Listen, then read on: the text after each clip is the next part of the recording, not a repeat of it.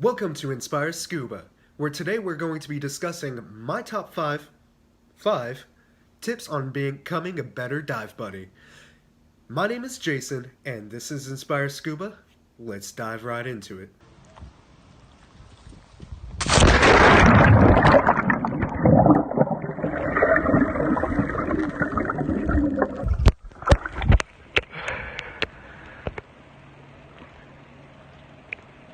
Number 5. In your open water, you probably learned how to do the BRAF, or buoyancy, weight, air, releases, and final. That is the padding method. I'm not entirely sure how SSI or any of the other ones do it, but it's all generally the same. You're going to check your buddy's buoyancy control device, make sure all the straps are good, make sure nothing's loose or dangling. You're going to check their air supply, which is absolutely a must. You do not want to forget your buddy's air supply, or yours for that matter, and that's why we do the buddy check. We also check the weights, make sure they're weighted properly, their trim is proper, they're not going to be lopsided in the water or anything like that. We also want to do the releases, so you'll check on their BC where their quick releases are, make sure their weight belt is a right-handed. That might be reversed for you guys, but this is my right hand, so yeah, you want to make sure it's a right-handed release. That's pretty universal, at least in the United States. Make sure that it is secure and not loose so they don't lose their weights. And the final check, you will double check everything, make sure their air is on again, make sure that nothing is leaking, and make sure that all their fins and gear are together and not all over the place, so whenever you guys finally go into the water, it's all there and it's ready to go. Number 4, knowing your hand signs. One of the most important things to be able to do is communicate, and we'll get more into that here in a second. But one way to communicate while you're underwater, because speaking is kind of difficult with a regulator in your mouth, is knowing your hand signs. A simple okay, how is your air, let's buddy up and go that way, goes a long way. There are more signs based on where you're at, ways to identify various sea animals, various structures. You can also do buddy share, a whole slew of hand signs to ensure that you guys are on the same page and know what you are talking about when you can't verbally speak. Just goes such a long way, and I cannot stress enough why you should be knowing and reviewing your hand signs on a regular basis. Whenever you buddy up and you're doing your buddy check, that is a perfect time to go over and review your hand signs. That way you know you're on the same page, especially given that certain agencies and various levels teach different hand signs based on what they're doing. Tech diving has a whole slew of hand signs that recreational divers may never see. So if you happen to be diving with someone with tech experience, it is a good idea to make sure that you guys are on the same page before you get in the water during your buddy checks when it comes to hand signs, so you don't get mixed up and all turned around. Number 3, communication. As mentioned before, communication is key, and frankly it is intertwined in all of these tips, and it's intertwined in your entire life.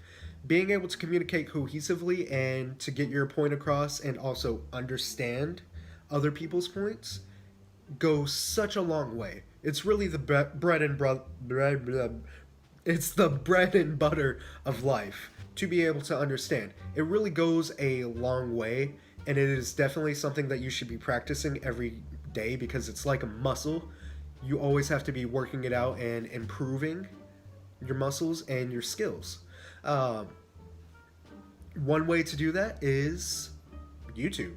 YouTube has a countless library of people who have practiced and trained in communication, who can give you hints and tips how to be a better communicator in your life every day. Number two, continuing education.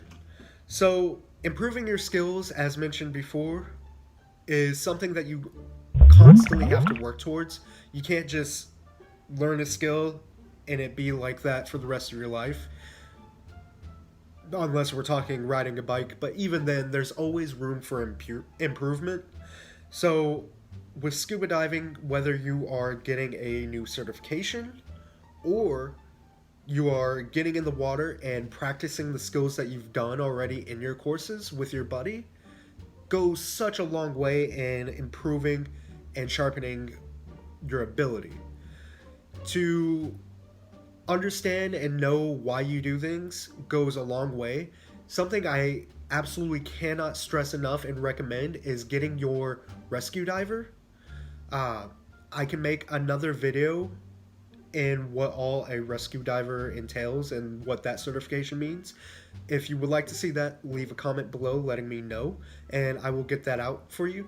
But on the most basic level, it is a diver who knows how to rescue.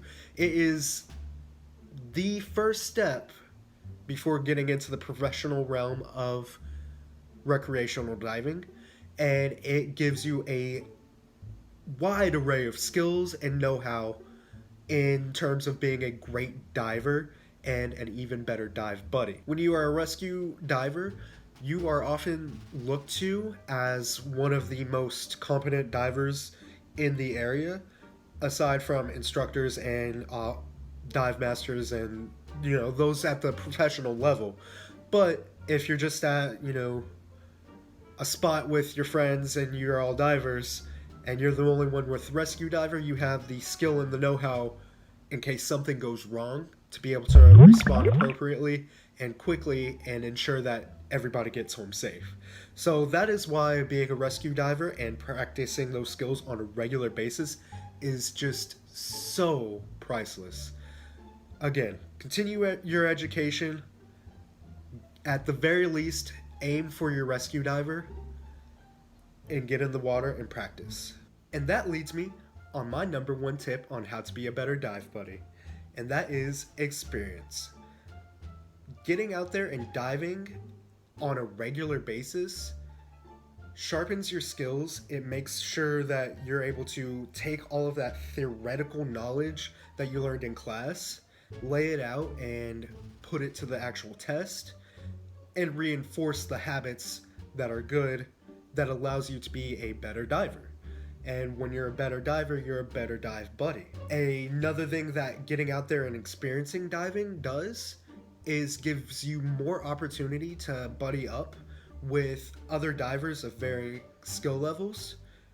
Diving with someone at the same level as you all the time, I mean, it's cool, you guys can constantly grow, but diving with people with way more experience than you goes such a long way. Especially if you're diving with like a salty dog commercial diver who's been diving for years, who's seen the world over because they do the ocean diving, like the saturation diving. They've got so many skills that they can pass along to you and so many stories that they can pass to you to give you an idea of how to be a better diver and even give you options to grow as a diver. But on the other hand, being a good dive buddy and diving with people who are just starting out and don't have nearly as much experience as you can go a long way as well.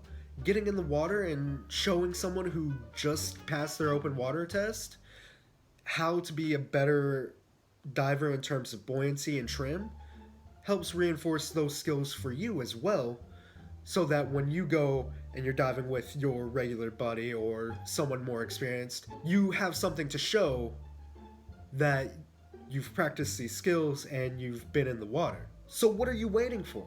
Get out there and dive. Find your next buddy and jump on in. So there you have it. my top 5 tips on how to be a better diver and better dive buddy. If you like this content, be sure to like and subscribe below, letting me know that you enjoyed it so that I can continue making these videos and pumping out awesome content for you guys. And welcome to the dive crew. Bye!